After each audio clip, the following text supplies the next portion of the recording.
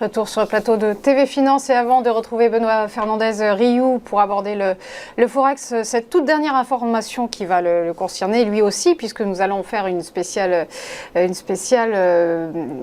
Royaume-Uni, voilà, livre sterling.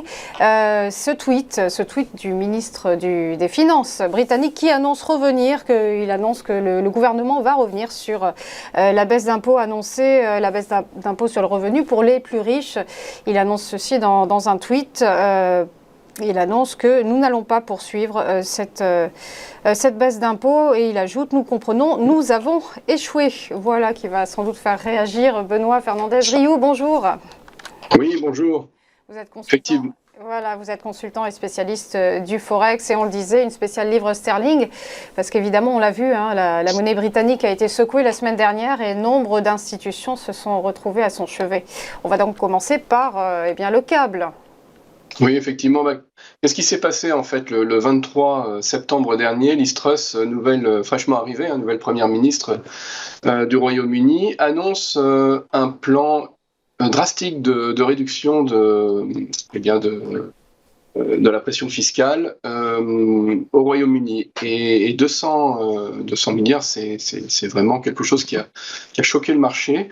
Et dans un contexte d'amoncellement de nuages en fait sur la croissance à venir d'un point de vue mondial, eh bien c'était pas bienvenu. Dans une période de croissance, dans une période à la limite de baisse des taux, ça peut passer, mais dans une période où finalement on a des difficultés potentielles à venir et une hausse de taux, et un plan aussi massif, ça n'a pas plu, et notamment évidemment à Wall Street qui a un petit peu attaqué la City pour cette prise de position à la hussarde.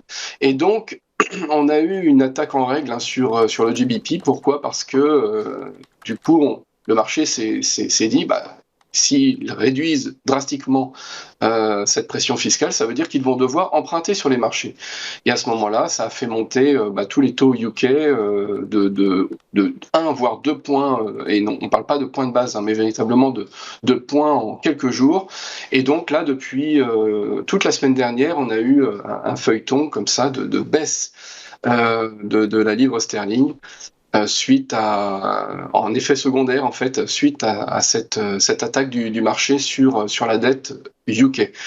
On a même eu pendant ce week-end la dégradation de la note du UK par Standard & Poor's. Et là, vous l'avez dit ce matin, fin du feuilleton, Liz Truss annonce qu'elle revient sur sa décision et qu'elle finalement elle annule ce plan massif de réduction d'impôts. Donc on retourne à la case départ et c'est ce qui se passe sur notre GBP USD. Depuis, vous voyez, pas mal de séances, il était baissier. Il a amplifié cette baisse à la faveur de ce que l'on a expliqué sur cette attaque de la City par Wall Street notamment, et donc une dépréciation de la devise anglaise. Et donc la BOE a réagi entre-temps et a soutenu sa devise.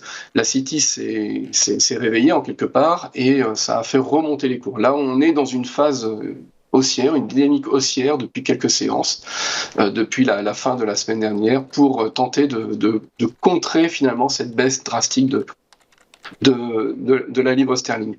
On est à 1,12 sur la paire GBP-USD. On part de 1,11 précédemment, sur la séance précédente, depuis vendredi dernier, et on devrait logiquement atteindre les 1,14. C'est l'objectif qui est l'oblique, la petite oblique en fait baissière que l'on voit difficilement, mais que l'on voit quand même sur les cours. Et on a une plus grande oblique là de très long terme qui pourrait être, si jamais elle était cassée, en second objectif ambitieux du 1,17 voire 1,18 pour les plus sportifs. Donc en fait 1,14, 1,13 et quelques, disons 1,14, et puis ensuite on aura une première résistance en oblique basse. Et puis si on cassait cette oblique et que la dynamique se poursuivait, à ce moment-là, c'est les 1,17, les 1,18 qui sont potentiellement atteignables.